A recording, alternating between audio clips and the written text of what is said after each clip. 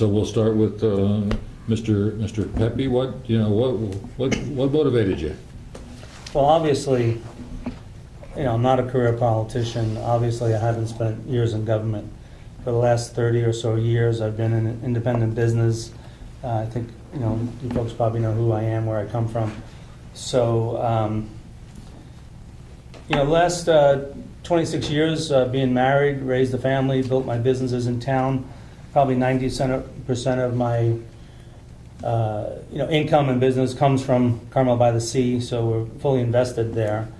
Over the years, I've contributed in other forms of volunteerism, whether it was at school functions or youth sports or the YMCA, or I was working with the U.S. Deaf Federation, do dental work in Guatemala, things like that, things of that nature, non-government things. So what's come up now is my kids are one's out of college, one's still in college, so I have a little more time now. So with Sue McLeod retiring, so the subject came up with a group of local people, residents and business owners, as who's going to step up? And so we had put together a little group of people. I was invited to this group of people, and this is before Jason announced that he was going to step up and take the next step. So it wasn't really necessarily in competition against Jason, but so I was invited to this thing, and I kind of gave it some thought, and I said, maybe now I do have the time and the energy and possibly the ability and the passion to get involved at this point in my life. So I know you don't want to hear about the giving back portion of it, but it's a little part of it too. Mm-hmm. Again, mostly that I had the time at this point. So with my one son now helping run the businesses, my wife does quite a bit of work in the day-to-day business. I really feel now that was the time. So kind of woke up and gave it some thought and said, yeah, maybe now is the time. So having run businesses in town for 2.5 decades, I feel I know the feel of the town, the beat of the street. I think I know how to navigate the choppy waters. I think, in talking with people when I was exploring, could it be a time for me to get involved? People said, yeah, Pep, maybe so. What's needed right now is someone with a business person's mentality, someone who's been around for many, many years, someone who maybe had some good ideas, who can take a punch and make some tough decisions around town. I'm sort of known as a lifelong learner, and I can make those tough decisions. Not afraid of being an independent businessman. You have to know how to do that. I make payroll every week for years on end. You have to make decisions, tough choices in your own company. When it comes out of your own pocket, it's even a little tougher. Well, let me do something different. Normally I'd stop you down. Oh, yeah. I'm done. No. Okay. I'm going to change it. We'll give you a long opening statement. Let's continue on the subject for a second. As a businessman, as opposed to a politician or somebody who's been in government, how would you see yourself running the city differently than, say, a Sue McLeod or a Jason Burnett, somebody with maybe a more traditional mayoral type background? Well, I wonder if running it as a business person, you have to take more of a lone wolf stance on things. Yes, you have to have consensus. Certainly, you're one vote on the city council, so it's very important to act as a team. Mm-hmm. But I think sometimes what I'm looking at right now is the budget crisis. Mm-hmm. Really, I think that's the big hot topic right now in Carmel by the Sea. Certainly, we have other issues, bigger issues like water and such like that. Monterey County regional issues, of course. But I think that the budget crisis is going to take somebody to stand up and say, we got to put a halt on this. Do you think, as a businessman, you would look at it more entrepreneurially than, say, somebody else? You'd look at how can we raise revenues, how can we make profits, or how do we cut expenses? Do you think it would be any different than the approach that somebody with more of a government background would take? Well, it's interesting. I think I've read some articles recently how small towns around America are looking toward that entrepreneurial spirit in local government. I don't know if you've seen a lot of those type of articles. So I think, yes, I think that whether we need a new police car for $500,000 right now, or the one that's got 80,000 miles on it can last another 20 or 30,000, and what equipment is really needed. I think the toys that some of our agencies have maybe a little bit, we can't really afford them right now. And it's easy to say, yeah, let's just approve everything. But right now, it's going to be a little tough right now. With the special council meeting tomorrow night, with the budget review, Jason, of course, is, big on that. It's this new budget's going to be a little tougher. Okay, Jason, thank you. Great. Where are you running? Well, first of all, thank you for doing this. I think it's great to have the attention on local issues, and this is a really important campaign. We have 2 people who are stepping down, so we know that we will have at least 2 new people on the council and maybe 3 new people on the council. So I think that it's important to have that context, that we are guaranteed to have new people. I think it's important to also have continuity, to have people who understand how to get things done, understand the process, and how to navigate that process. Let me start by telling you a little bit about myself. I was born and raised in the area, and started my career in D.C., where I met my wife. We moved back a number of years ago and have started our family here. We are proud parents of a 9-month-old baby, so I come as a resident, as someone who is absolutely committed to the community. This is my community where I grew up, and it's the community where I want my son to grow up. I'm a business owner and a partner in a related business. We make investments in energy efficiency and renewable energy projects on commercial buildings, so larger scale investments. Hang on just a second. Is he speaking loud enough? Is that Oh, okay? yeah. We got 3 we're mics, good. so yeah, we're good. And I have long been committed to You're fine. To the community. I sit on several nonprofit boards. York School, right up the way here. The president of the board of the Natural History Museum, and trustee of the David and Lucille Packard Foundation. And there's been talk about this sort of public service as if it's a bad thing. I don't think it is. I think I'm proud of the frankly 3 generations of my family that have given back to this community in one form or another, and I hope that Sebastian will be counted in the 4th generation. I also have government experience. I worked in the federal government, where I led a team of over 200 people. I was number 4 in an agency of 17,000 people with a multi-billion-dollar budget. I've been on the city council, and aside from the things that we've done on the city council, I also represent Carmel on the transportation agency. I'm the alternate on AMBAG. I'm on the countywide economic development committee. So I understand that in order to get things done in government, it's not good enough to just be a lone decision maker. You need to not only have that, but you need to then work to build consensus and at least get a majority, but ideally get to a place where you can have unanimous support for what needs to be done. And I look forward to giving you some examples of that, but I think that on many of the important decisions that Carmel has faced over the past 2 years, we have worked and found a consensus. Sometimes it took longer than maybe it should have, but we got to the right end result. And I think that that is an important attribute of government service, of public service, that is frankly different than the private sector. You need to have a more inclusive process. You need to have a more transparent process.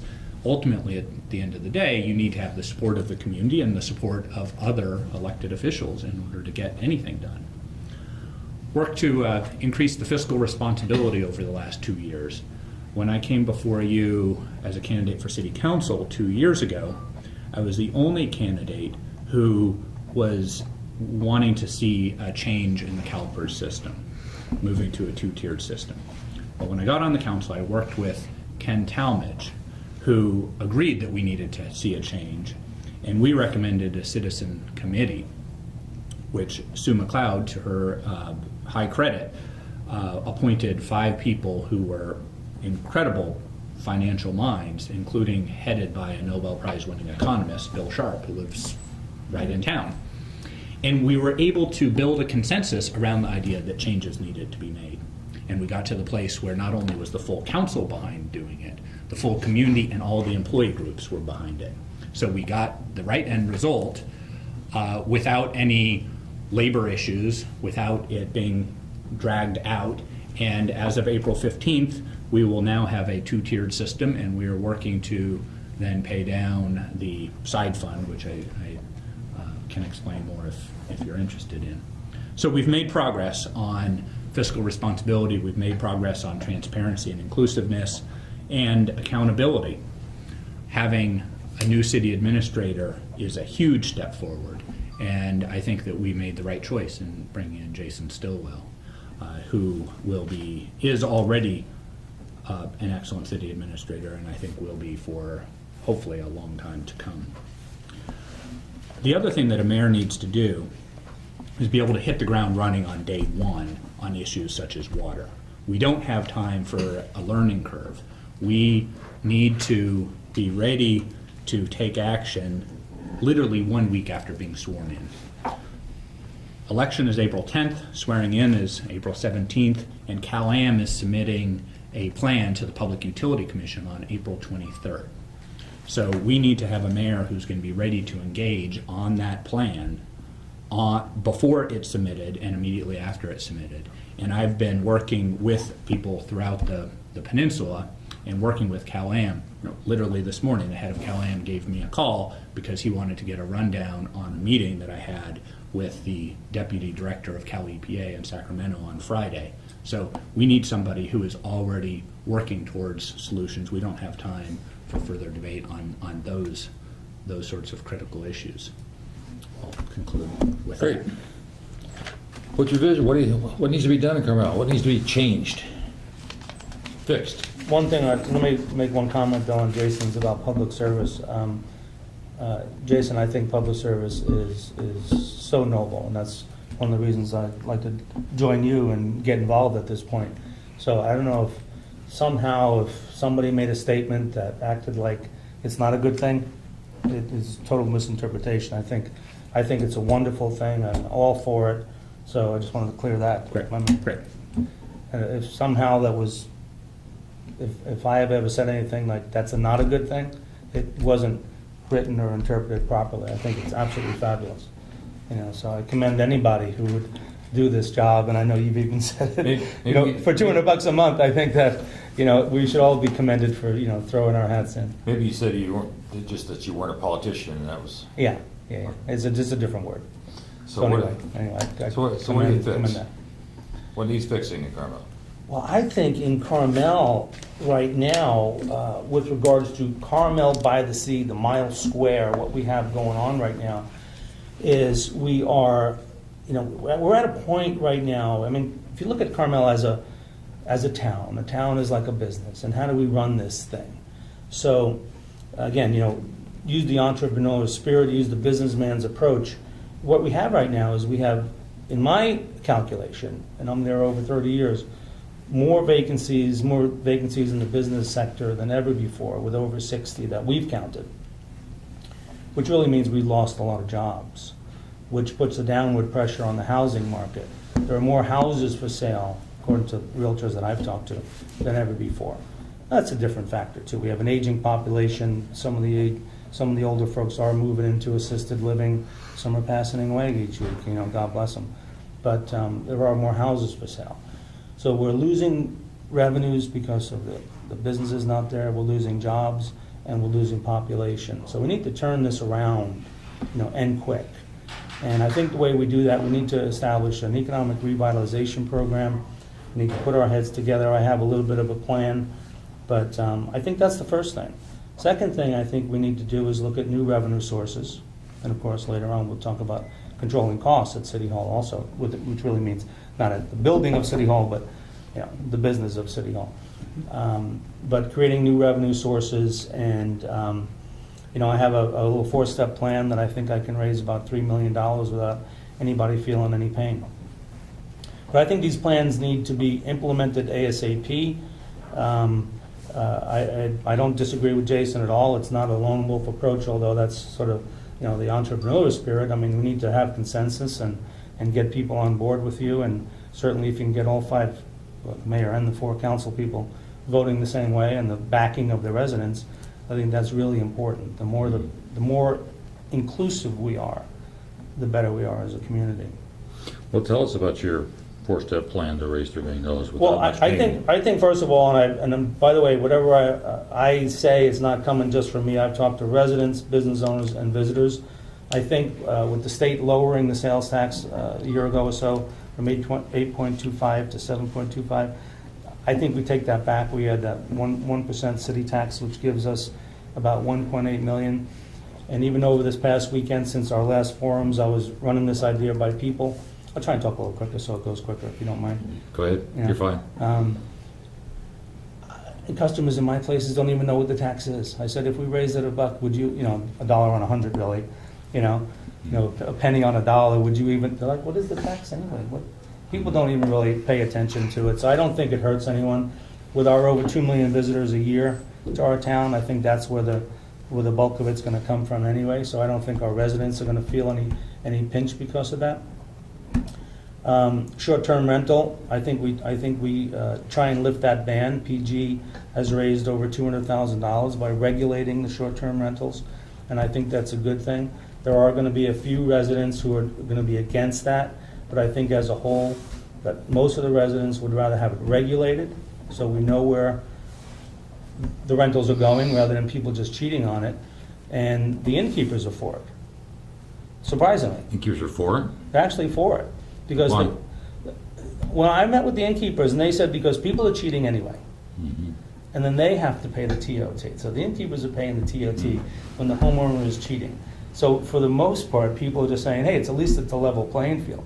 And those kind of folks, when you get 4 couples from Dallas coming in town renting a big home down on Scenic or something like that, they're not really looking to stay in a small bed and breakfast. They want a home. And if they can't rent a home, they might go to PG, or maybe PG, but Pebble or something, or they might go to a different town. So we may be losing the business as a whole anyway. I think parking. I think, mostly free and a small amount of strategically placed paid parking throughout the village. I think that raises, in my calculation, about $800,000. My plan would be to make Sunset Center free. Mostly for the employees and for visitors. So you have free parking further out, but if you want the premium spots, I think you have to pay to play in Carmel in the future. And this would be in conjunction with adding quite a few more free parking spaces throughout the town. So it's not all free. Sort of like on an airplane, you want the extra leg room, you're gonna pay a couple extra bucks. And then working with the innkeepers also, we have a program where we pay, it's $1 per room per night to the MCCBB, which comes out to be, this year it'll be a $260,000 contribution because it was doubled this year. So the innkeepers are in support of this program I developed called TIP, Tourist Incentive Program. It's about half that rate, will raise $130,000 and earmarked specifically for a pool for all the small inns of Carmel, all the inns and hotels of Carmel, and goes directly, funneled through the city to Burkhart Doré, and it's called the Small Charming Inns of Carmel by the Sea, in which we feel that the residual rise in TOT would be about another $200,000. So it's a fee from the inns to help. Yeah, and the guests it would be charged to the guests actually. Be for promotion. Yes. Well, let's just talk specifically about his ideas. What do you think of them? Well, I think that we need to tee up the question of new revenue sources for 3 basic reasons. One is, the past 2 years, we've balanced our budget basically in a year-by-year basis. And that's not the right way to do things. What I've asked and Ken Talmadge has asked Jason Stillwell to do is do a 5-year projection, and that's what we now have that you, the Herald, reported on. I thought you were going to say you needed to balance it like on a monthly basis or a week-by-week basis. Well, we do need to have better financial reporting so that we can have better management on a real-time basis. But no, having a 5-year budget or a 5-year projection will enable us to confront any given year's budget with an eye towards the future and putting ourselves on a sustainable path. We have basically no capital budget, and that's not sustainable. We have basically no budget or very little budget for deferred maintenance, and while we have been doing a little better in the past 2 years, residential streets in particular, deferring maintenance, it can often be penny wise, dollar foolish. That is to say, it actually will cost more money in the long run if you don't fix something that needs to be fixed. And third, we have a large unfunded liability, like almost every other city in California, on CalPERS, and I'm committed to making progress to paying that down. It took decades to get into the problem, it will take decades to get out of the problem, but we can make progress, and I'm committed whenever my time is up serving Carmel that liability be less than it is today. So I think that we need to be asking the question during this budget process, that is to say before the end of June, so that we can pass a budget at the same time that we make a decision, the council and the community makes a decision on revenue. And I think that the options are sales tax. That would raise roughly $1.8 million. A hotel tax increase, those, for every percent you increase it, raises $400,000. Paid parking, which depending on how you do it can raise up to $1.5 million. We need to make sure that we have a good sense of what the shortfall is, and now with this 5-year projection, we're having a better sense of what that is, and make sure that we are making the decision that is not going to do harm to the village character or the economy any more than keep that to an absolute minimum. So those are the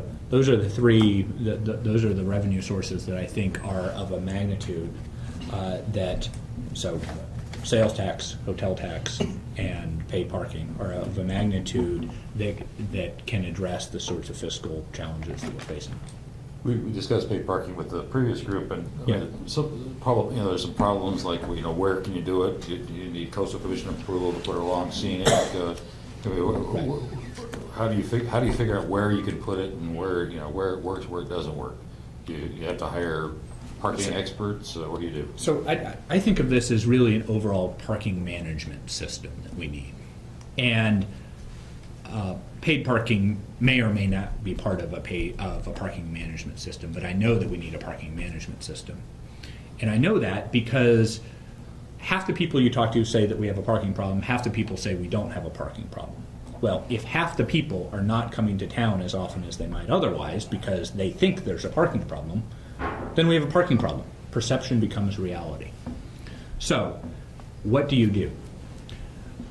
There are enough parking spaces around town. It's just that they're not all right at the center of our commercial core. So you need to have a system that encourages shop owners and employees to park in the outlying area. And I think that it's a combination of carrots and sticks.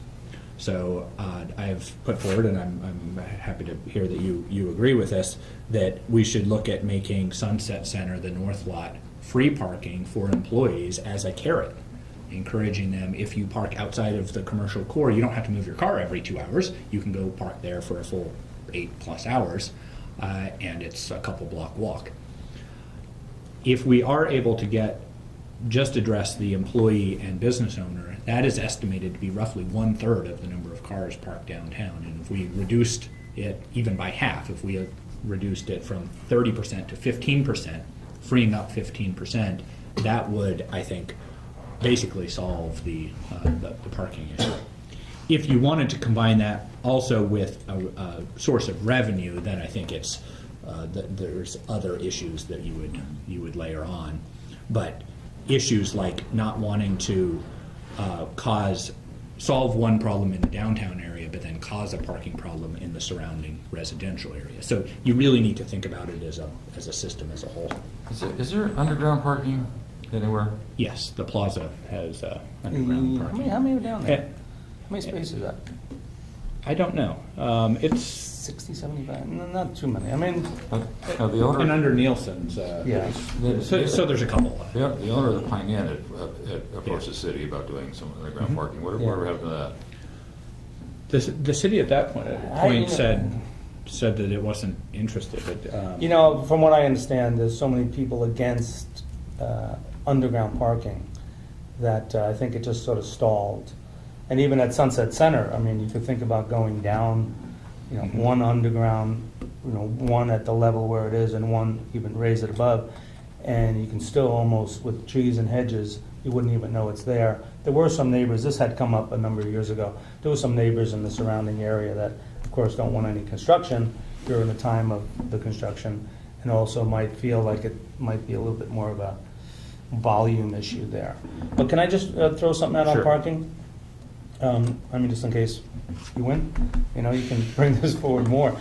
My idea is you come down Junipero, just say you're a visitor first off. You come down Junipero and there's two signs, one free parking this way, which takes you to Sunset, free parking this way, which takes you to Vista Lobos, and paid parking is straight ahead. So now, most people are gonna say, hey honey, free parking's that way. So we gotta push them out further out, all right? What's been happening these last number of years, maybe even a decade or so, is that Carmel has become this sort of up and down Ocean Avenue town.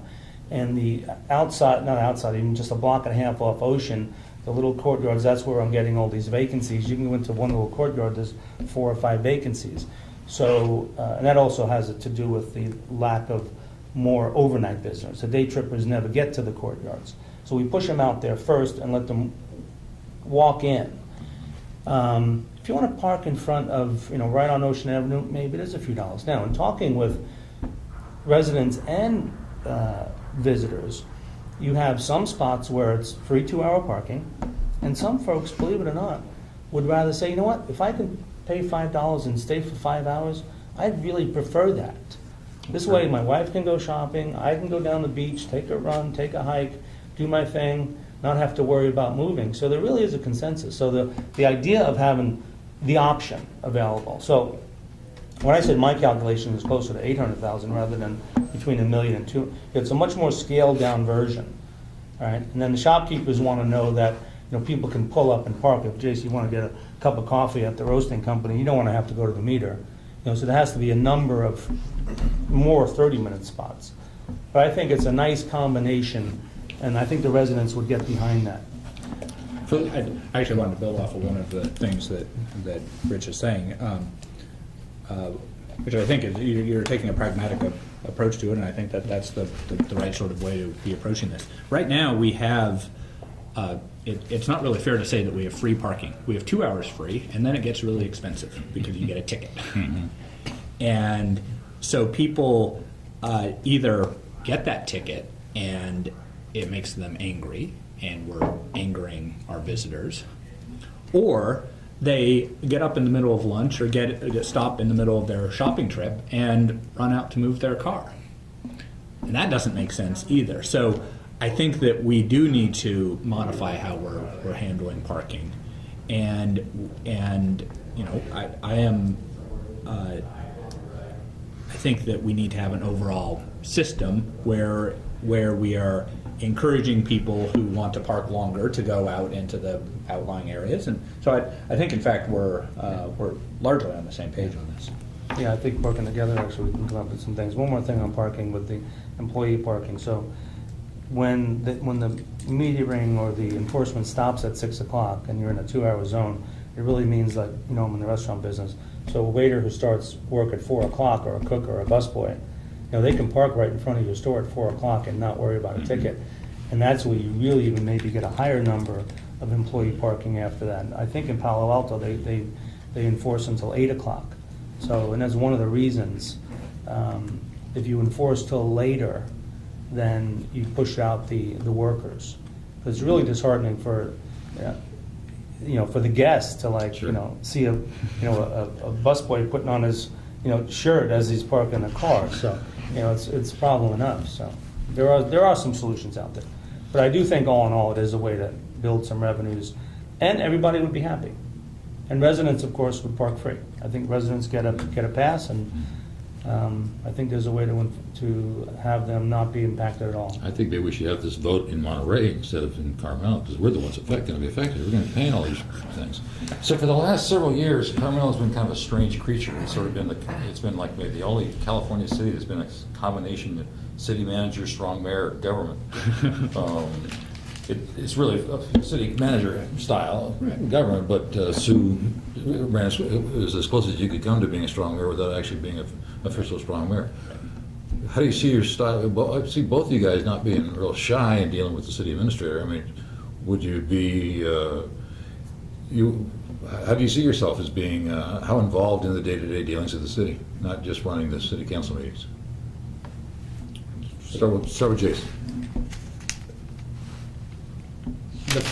The first and one of the most important decisions that a city council makes is hiring and letting go a city administrator. And that has been a big part of what we've done and what we've accomplished over the past 2 years. And having Jason Stillwell in place means that I have confidence that he's doing a great job. There needs to be oversight on behalf of the council and the mayor, but I have the management philosophy that you find the right people and you empower them to do their job. And I think in Jason Stillwell we have found the right person, and so my approach would be to empower him to do his job. And his job is to run the city on a day-to-day basis and to manage staff.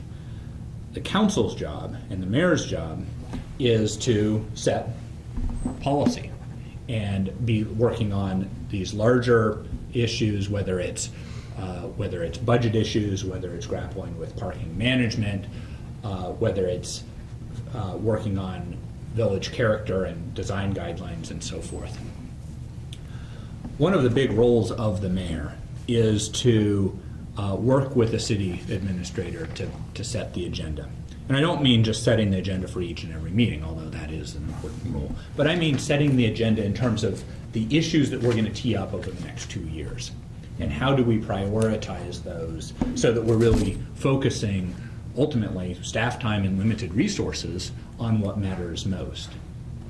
We have a very small staff compared to where we were 10 years ago. Went from 120 to 65, 70 full-time equivalent employees. And so being very careful about how we are using our staff resources is going to be a critical challenge for the city council and for the city administrator. I'm committed to returning Carmel to the form of government that we have, which is the city administrator form of government. And one of the things is to lead by example, to not give direction to staff outside of city council meetings. You know, it really disrupts the overall chain of command and the ability of staff to do their jobs for individual council members or the mayor to come in and on a random Tuesday say, hey, can you go fix that pothole, or can you go deal with this issue? That's not appropriate. And I have not done that on the city council, and I won't do that as mayor. Mr. Pepe. Well, I have to agree, so there's not much to say there. In meeting with Sue, when I first got involved in this, I met with just about everyone I could possibly meet with. Even Jason and I met twice.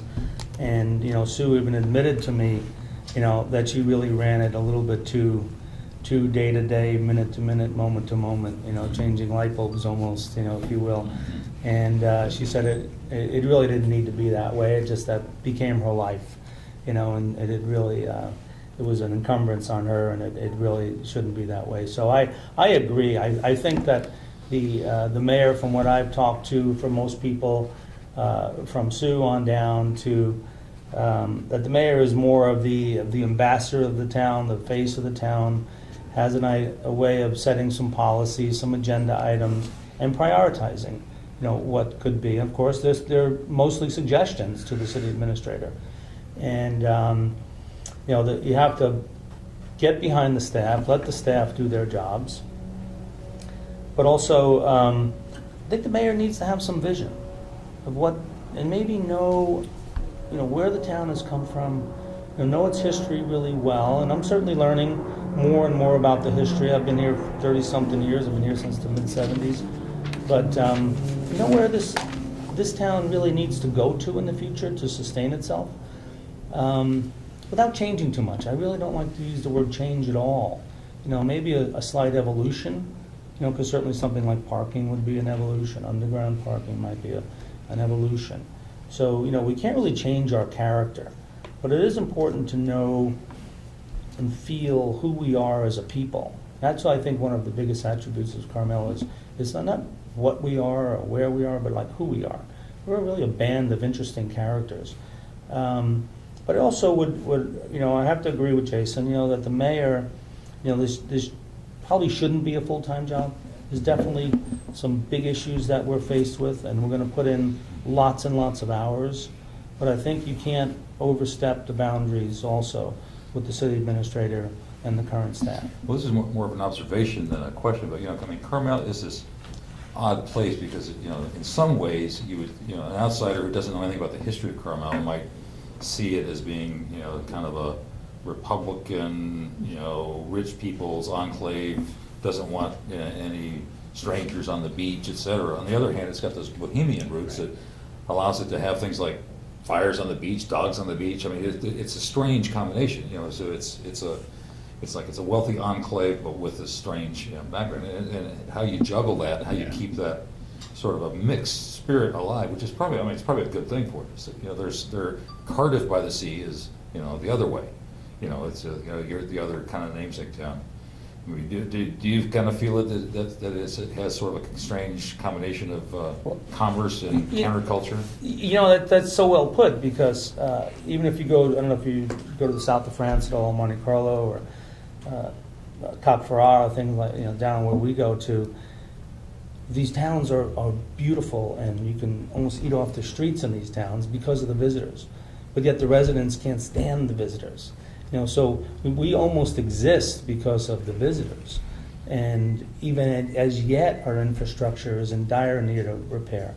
So with this next budget that's being proposed, it's even worse than before. So, I'll jump ahead to controlling costs later on, but it is a funny little thing that I particularly like the visitors. I like the social aspect and the community spirit of mingling with the residents and the visitors. We're lucky that we have some really fascinating visitors who come here that we can hang out with, so to speak. But it is a difficult thing, because there are a lot of I don't know what the percentage might be, but a pretty good sized percentage of residents who would rather be disconnected from the visitor community. But without the visitors, we don't have the city services to fund. There's not really a question there, so you don't need an answer. Well, I would just say that I think you said it very well, that Carmel has an incredible history that really matters to us, really matters to me. The bohemian past, and the fact that Carmel has incredible performing arts. For 1 square mile, we have 4 performing arts centers. I mean, it is Sunset Center, of course, Golden Bough, Forest Theater, and the Cherry Center.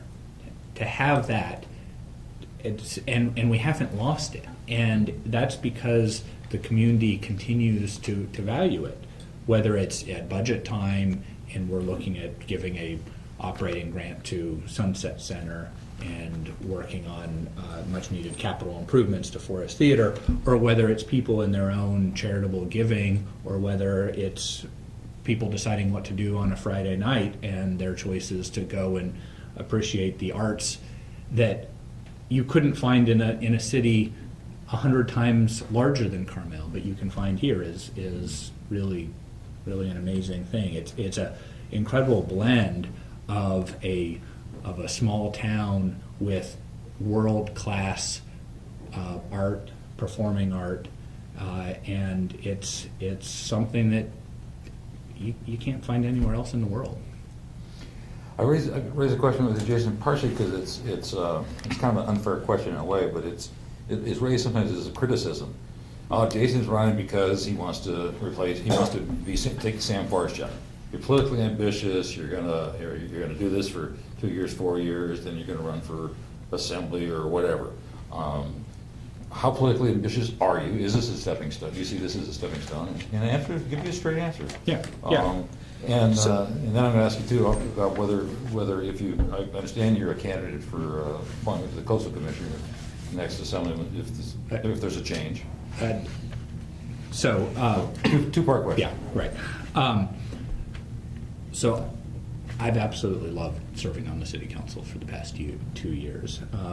I've loved it because of the people in this community, the ideas that they have, the interests that they have, the figuring out how to work through these challenges. You know, in my previous government position, I had a fantastic portfolio. I was head of energy and climate policy for EPA, leading the team developing the first federal greenhouse gas standards. I mean, it was a dream job, but it was, relatively speaking, it's a narrow portfolio. I was working on a couple regulations, whereas serving in local government, you get to work on all sorts of things, whether it's figuring out how to make a fire department more efficient, which we've done, grappling with entitlement reform, which we've done, dealing with infrastructure challenges, which we are making progress on, dealing with things like, you know, the details that really matter to make the village what it is, and that's been built up over literally generations. So I really enjoy it, and like I said in my opening remarks, I am dedicated to public service. Where that will take me, I don't know, but I know where I want it to take me on April 10th. And you know, frankly, I think local government in this day and age is where things are getting done, and where you can make a difference not only in your community, but you can make a larger difference by ultimately leading by example. You know,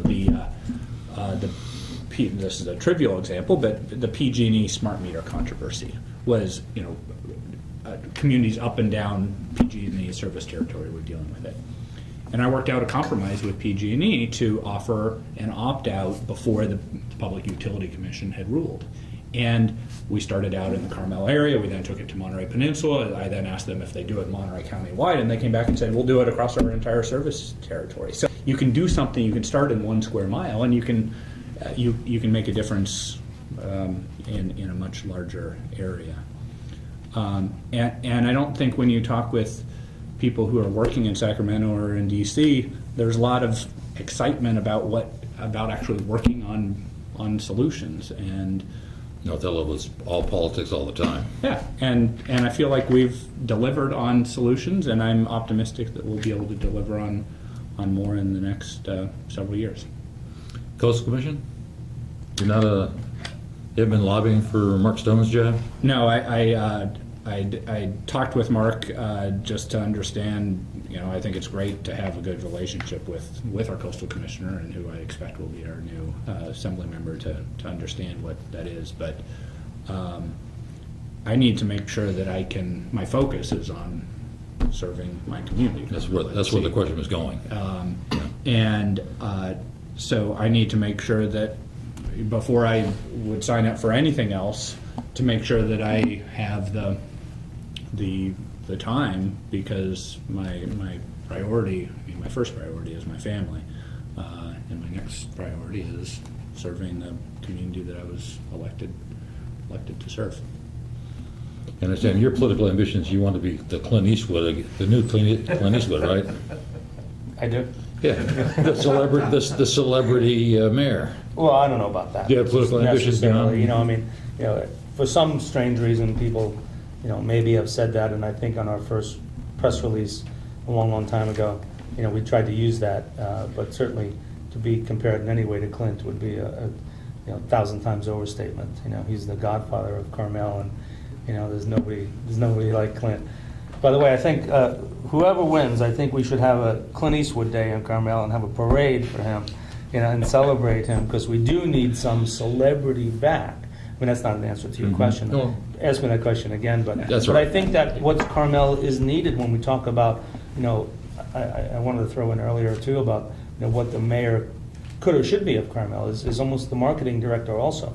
And, coming up with ideas and visionary tactics to take us back to where we were, again, who we were as a people, and get us back to those roots. Because when I visit places, I like to go someplace where it's really cool and hip and chic and it's happening, you feel like you're part of it. So I think that's important. So I think we do need to grab make Carmel a celebrity again.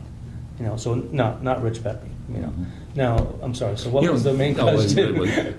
People, of course, people just constantly looking for, what was the Clint's bar, the Hot Breath Inn.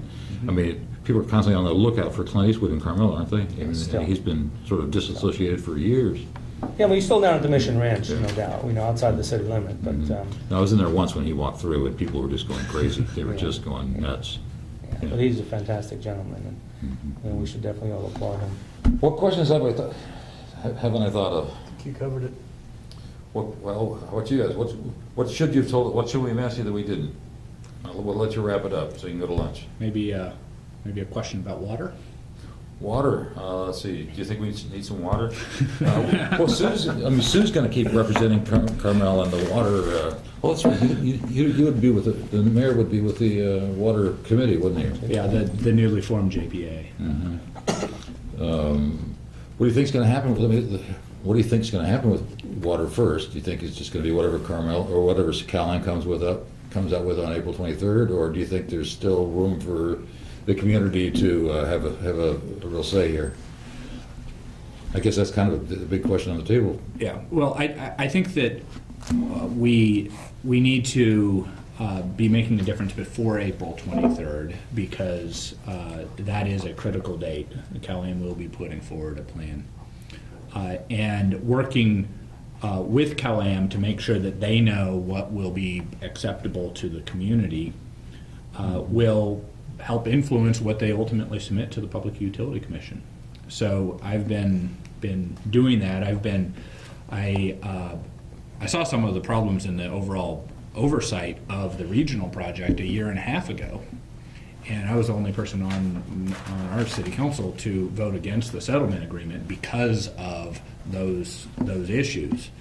And at that point, I called for a JPA of the form that we now have. I think that the JPA, the Water Authority, can provide a couple different roles. One is help to find the consensus within the community, and then two, help to advocate for that consensus before Callahan, before the Public Utility Commission, before the Coastal Commission, so forth. Here's what I think where that consensus is coalescing. It's around the idea of having a portfolio approach. You don't have, just like if you went to your investment advisor, he or she wouldn't tell you put all your money in one stock, or the old adage, don't put all your eggs in one basket.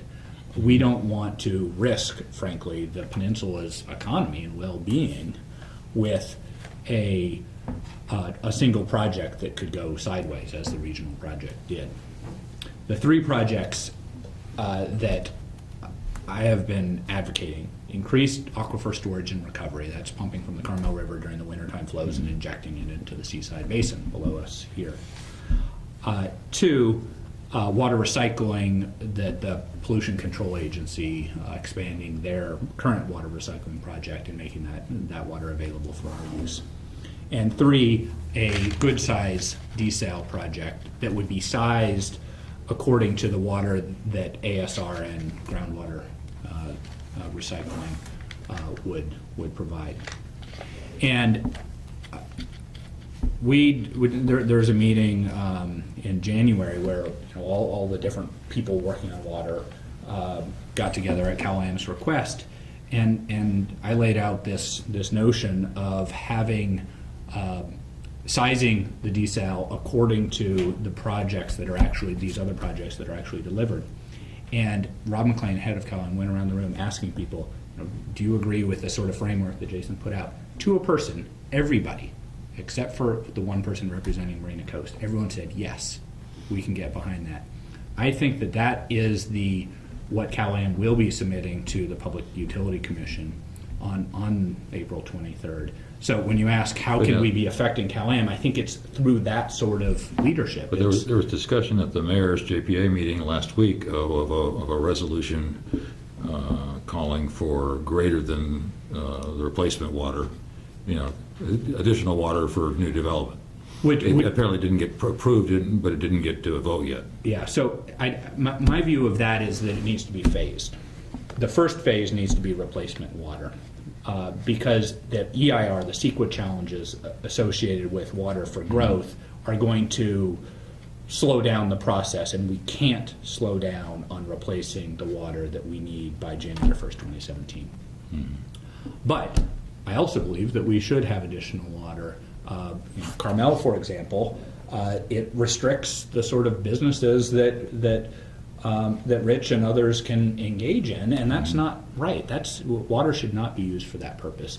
We have the ability to have more infill development, apartments over businesses, exactly the sort of mixed use that everyone talks about is the wave of the future. Well, we already do that in Carmel, and we could do more of it, but for water. So we need, I am 100% behind having water, but I don't want that to get in the way of providing water for replacement on January 1st, 2017. Mr. Pepe, you got any thoughts on water? Well, no, absolutely. I mean, there's probably no one on the peninsula more schooled in water than Jason, so I have to applaud him for that. And I think the current mayor and city council has done a wonderful job to be involved in the JPA and supporting that. Certainly, one of the issues, what I talked about earlier, is we're losing population, and if we did have some extra water, that we can build some second-story units in the downtown. That mixed use that Jason referred to is so important, because what's happening is in Carmel, as these residents move out, they become often second home owners. The wealthy people from Dallas and whereabouts buy our homes, and they don't really live here. They're here 8-9 weeks a year, so we're losing populations. If we can be successful and revitalize the downtown, creating more jobs, well, these jobs aren't going to be buying $1.5 million, $2 million home anyway. So we need some more downtown apartments, and a lot of, many cities small towns across America have really just done that. They're, sort of the regentrification of the downtown. So it's so important. So absolutely, whoever is our next mayor needs to be fully committed to working with Cal-Am and getting these things. And it looks like we've got some good news on the horizon. So, I mean, I think that hopefully we got a fix coming up.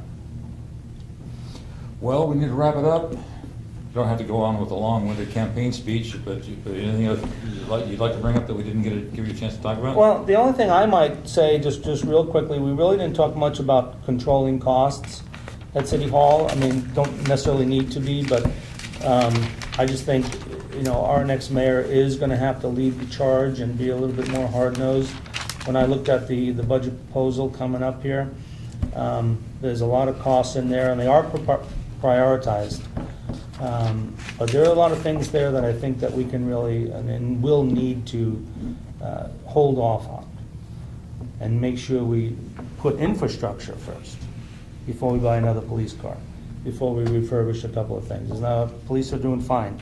The one car they want to replace has 80,000 miles, and they're talking about, maybe it's getting costly to repair, but, at a couple $100,000 per car, I think we can in a mile square, I think we can hold off a little bit.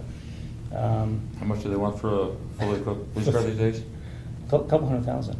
Seriously? Close to, yeah. When fully equipped. So they're not inexpensive to begin with. But anyway, that's just an example.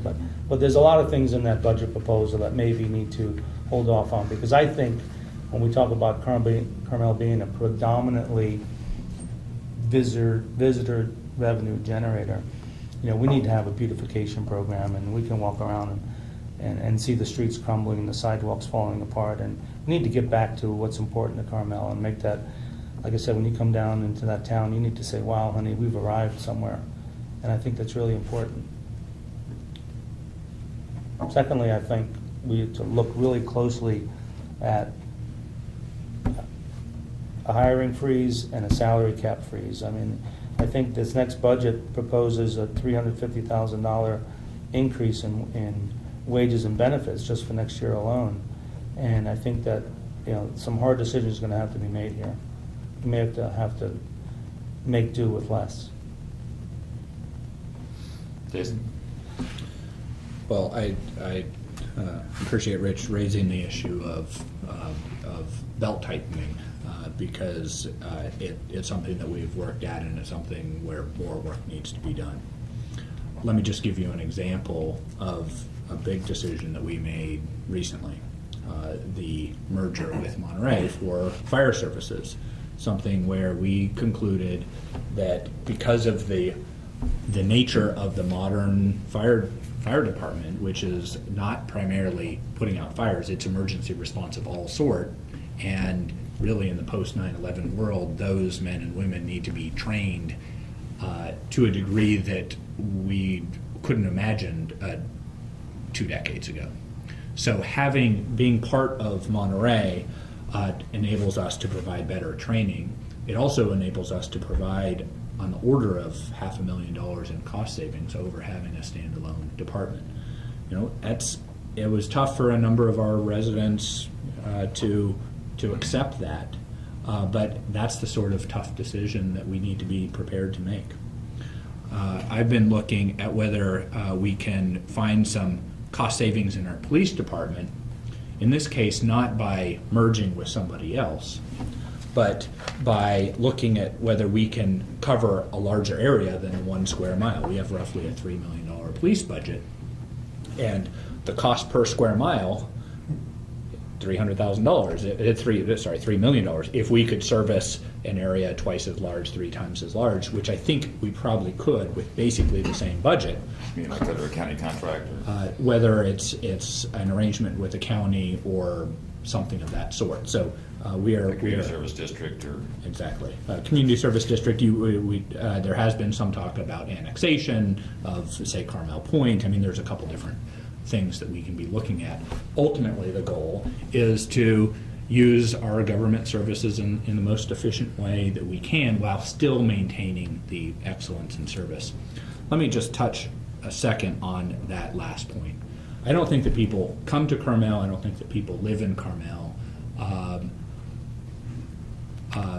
because they want to just get by, get with the minimum level of service. There's an expectation on the public safety front that we have an excellent public safety system where our response time is incredible, 2 to 3 minutes, where we have world-class performing arts centers, where we have the incredible natural beauty. And I think that there is a risk that you need to be able to pay for that. So additional cuts, there are some additional savings that we can find, but I think the bigger part of it is saying if we're going to deliver excellent service, that's going to cost something, and most people that I talk to say yes, they want to be part of enabling that to be possible. Let me conclude by passing out some materials. These are a list of endorsements, been endorsed by over 300 residents and business owners by the Monterey County Association of Realtors, PAC, the Monterey County Hospitality Association, that other weekly paper that you don't read, but the Monterey County Weekly, the firefighters. The Pinecone, they endorse you? They don't typically make endorsements. And I think that what these endorsements say is that people have seen how I've operated over the past 2 years. And in the case of the Monterey County Hospitality Association, that is the main business in town, is hospitality. And they are saying that I'm the candidate to help make for a more prosperous future, including help to deliver on the water challenges. Same thing with Monterey County Association of Realtors. If you look outside the business core, residential area, and having their endorsement as well. Did the realtors endorse in the council race? Yes. Who did they endorse? I believe they endorsed Ken Talmadge and Tom Laveroni. Okay. Thank you very much for This taking one? the time. Do I get a shot? Sure, quickly. Well, because we had brought up one more thing about controlling costs, but, I applaud Jason for the work he's done for the last 2 years. And I think that what we're needed, though, is somebody who's willing to make a longer-term commitment. Some of these fixes are not going to happen overnight. And, what I think that I offer is a little bit of a 2-for-1. And elect Pepe for mayor, and Jason stays on the council. We work together, we like each other, we have the best of both worlds here. Jason is absolutely brilliant and committed to community service, and I'm committed for the long haul. I think I'm the better mayor candidate, and Jason has different visions, and I applaud you for getting all these wonderful endorsements. You've been very successful at that. So, You wouldn't need to give up your council seat if you lose? That's how it works. Yeah, you can't vote Yeah. twice. yeah. So, actually, I've been running that idea by a few people, and they sort of like it. So, anyway, I think I have a lot to offer. No, but if you lost, you'd remain on the council. So if I lose, Yeah. I would remain on the council. If Right. I win, then the council would. So you have a safe seat. Would backfill, or we technically could call for a special election, although I haven't heard anyone advocate that. But the council would make a decision as to who would fill my council seat for the remaining 2 years. Yeah. Well, again, thank you so much. Well, thank you. Thanks for Been great. making the time. It's always great. Again, I'm sorry. It's always great Sorry to I went long. talk. Sorry you guys too. Call. That's okay.